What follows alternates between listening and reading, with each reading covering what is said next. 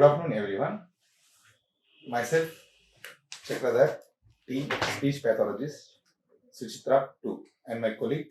I'm Nancy Babu, behavior therapist, Suchitra too. Now I am going to present hearing impairment and their effects of speech and in speech and language. If you lose something, we have five senses.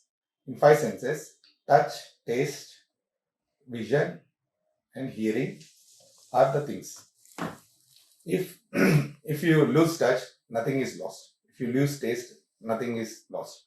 If you lose smell, nothing is lost. Okay, but if you lose hearing, something is lost, which is nothing but of a speech and language. Without knowing any, without knowing, without hearing, we cannot speak. In the same way, what is hearing impairment? Hearing impairment is usually the result of inner ear or nerve damage and also involves outer ear and middle ear impairment. Okay. And the causes of hearing impairment. Causes of hearing impairment, which includes congenital defects, injuries, diseases, certain medications, and exposure to loud sounds and age-related problems. And what are the types of hearing losses? There are sensorineural hearing loss, conductive hearing loss, and middle ear hearing loss, mixed hearing losses.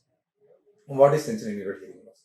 Sensorineural hearing loss, which involves in damage in cochlea and auditory nerve, and middle ear, which involves oscular chain and middle ear function, and outer ear also, and mixed hearing loss, which is a result of both sensorineural hearing loss and conductive hearing loss. What are the degrees of hearing loss? Which comes from mild, moderate, moderately severe, severe, and profound. What is mild hearing loss? Mild hearing loss, there are, according to the graph, hearing loss is classified into the degrees. What is the degree of hearing loss? Degree of hearing loss we calculate from 0 to 120 decibels. What is decibel? Decibel is nothing but of a measure of sound. Generally, we measure sound in decibels. In these decibels, which comes from 0 to 15, is a normal hearing sensitivity, where you can hear every sound and a natural sound, even if you go in a forest also, you can hear the waves which are coming in the sounds. That is the normal hearing. And mild hearing loss, which comes from 15 to 25 decibels. Sorry, 25 to 40 decibels. 40 decibels, which is the mild hearing loss. 42 hearing loss. So what happens if a mild hearing loss comes? The quick stop. When you are going in a traffic, they have a problem. When there is a background noise, they can't hear their own voice. I mean, when someone is calling to them, it is especially in this way. And moderate hearing loss. Moderate hearing loss is nothing but often 40 to 55 decibels.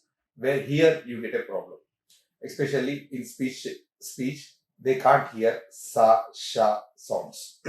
So if you call them as an example, I am telling it as a snake, they hear it as take. This is the main problem in moderate hearing loss.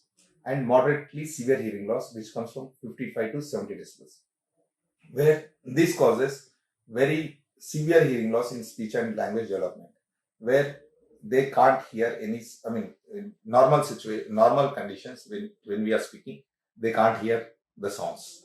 General conversation, they can't hear. They have difficulties in every situation, even in the classroom situations also. Here, the development of speech and language will be very difficult. Okay, and the development of speech and language will be very slow in these from moderately severe to profound hearing loss case clients. And comprehension of complex sentences, especially when you are giving a complex sentences like go and get water and close the door, they can't understand these two sentences what we have given. They can do only one task at a time from moderately severe clients. Severe and profound are very difficult, and management of these things comes from hearing aid and cochlear implant. What is a hearing aid? Hearing aid is an amplification device which will improve their hearing situations very good. It comes still mild or normal sometimes, and especially who require hearing aid or cochlear implant. Cochlear implant does from moderate to profound hearing loss cases. Hearing aid also will go from moderate to profound hearing loss plan. So whenever you are prescribing a hearing aid or cochlear implant, you just check what is the necessity. Either they have to go for cochlear implant or whether they have to go for hearing aid.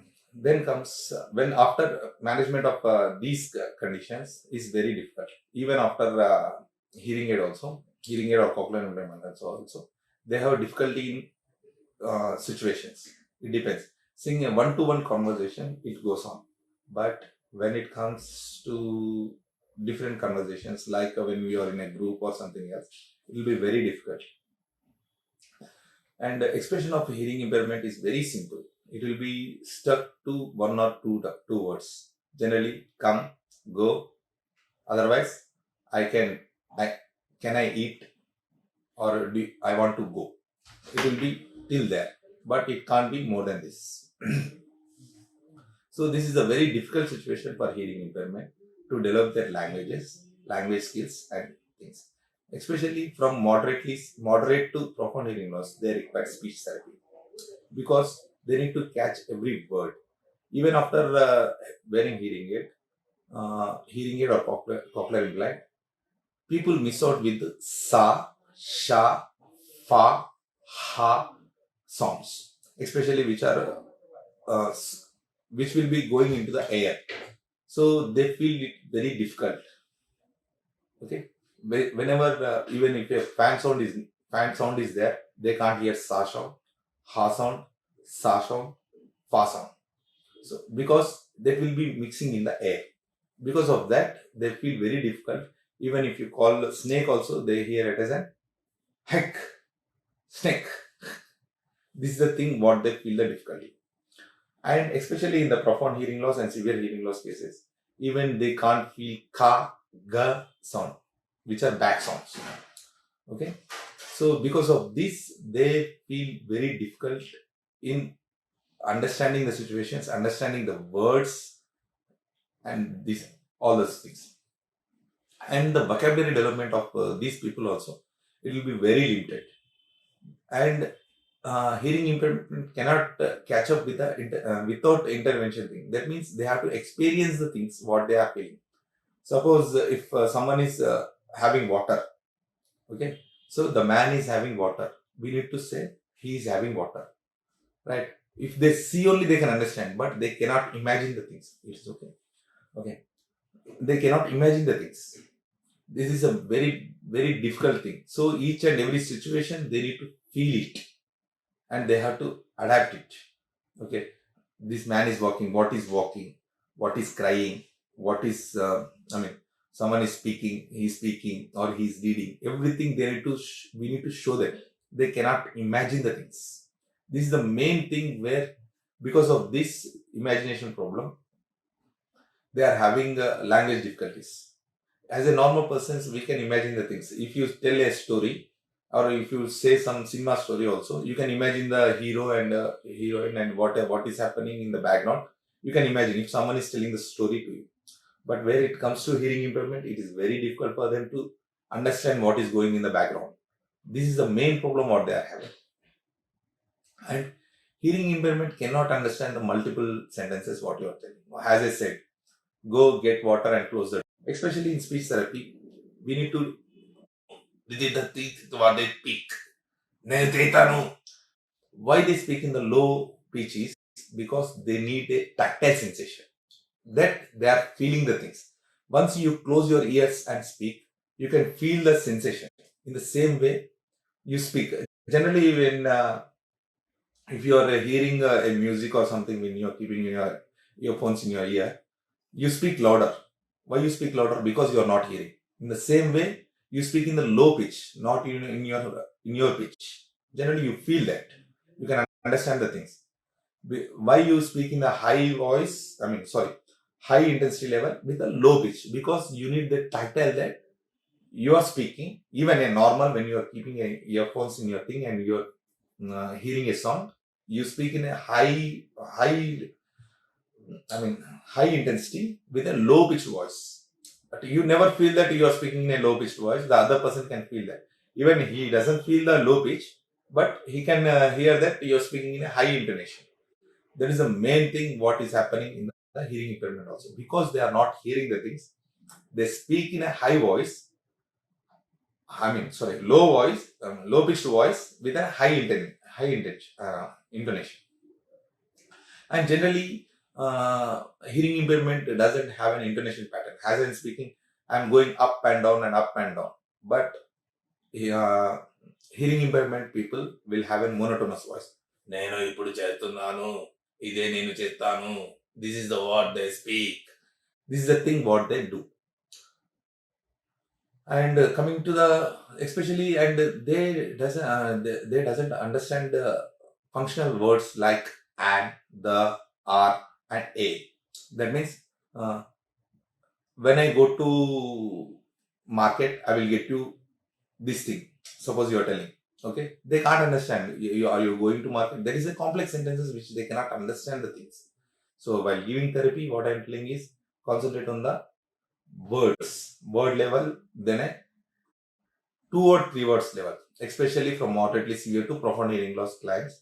You need to concentrate till a 2 to 3 word sentences only. They can comprehend only 3 word sentences. If there is a complex sentences, they cannot understand. In those situations, you need to create the things. Especially, you need to go and they have to experience the things where they are going. So now I am going to get a bottle of water and I'm closing the door and coming back. Then you need to teach the hearing impaired client also, go get the bottle and close the door. First, you need to show the thing what you are doing and explain the things what you are doing to the hearing impairment. These are the things especially you need to concentrate. And when it comes to the complex sentences, it is very difficult. As I said, if you tell a story, they cannot imagine. They can't imagine what is going on the backside. These are all the problems what they are facing, and you need to concentrate to develop the things which they need to go and intervention the things. And coming up to profound hearing loss cases. In profound hearing loss cases, there will not be if you go with a cochlear implantation only, they get a good benefit. And in cochlear implantation also, when you are teaching about the language levels and other levels, it is very difficult for them to teach. They need a special education for that. Special education. I mean, if you are concentrating on the academics and going the things. And I have one good kid who can go and do the things. Now he is doing software engineer, but his exposure level of speaking is very different. Very different. I can think he can give. I mean, just generally, I'm imitating him. Just try to understand. When he's wearing a hearing aid, and if someone is asking in a group situation, how can I cannot understand your teeth, but I can do my work. This is the work what they speak. Especially, this is the way they speak. This is how they speak a lot. And generally saying, coming to the complex sentences, they cannot understand what how I said.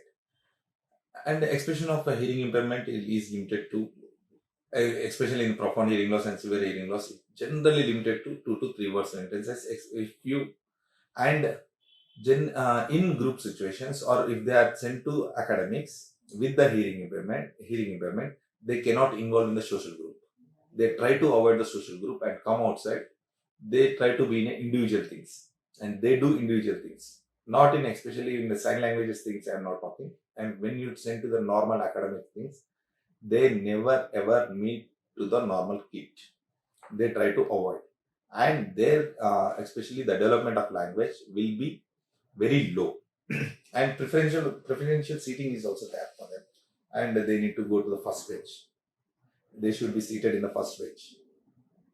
Coming to the academics, what I'm telling, they need to seated in the first bench and need to concentrate on the teacher very well. But as a child, we never, they doesn't understand to concentrate, to sit in the first bench and concentrate. And uh, according to the right now situations, they are avoided also, because people will, socialization thing, especially they tease them by wearing a hearing. Generally, what you think, if you are wearing a specs, no one will comment you. But if you are wearing a aid, everyone will tell that you are a deaf person. That is the main way where the socialization goes, and where you need to concentrate, especially on the you counseling to the teacher. They are a right to go to a normal school, hearing impaired, with an aid. Okay, and they need to go to a preferential seating. Here one question is, one comment is there. Hi sir, if a 7-year-old kid diagnosed with left ear 8 nerve dysfunction, what had to be done and speech therapy management, as he has done one word patterns only. Yeah, especially with eighth node dysfunction, first you need to go for cross hearing aids. That means first he doesn't have the localization and lateralization things. Where it comes localization, just check with the 7-year-old kid, either he is having localization and lateralization. And one more thing is what happened, what had to be done for the speech therapy management. Just let me know what is the loss he is having. If he is not, I don't think so. He's only having a eighth nerve dysfunction. He'll be having cochlear loss also. That is the main thing. So, what is the loss he is having? According to that, we can plan the things. Thank you.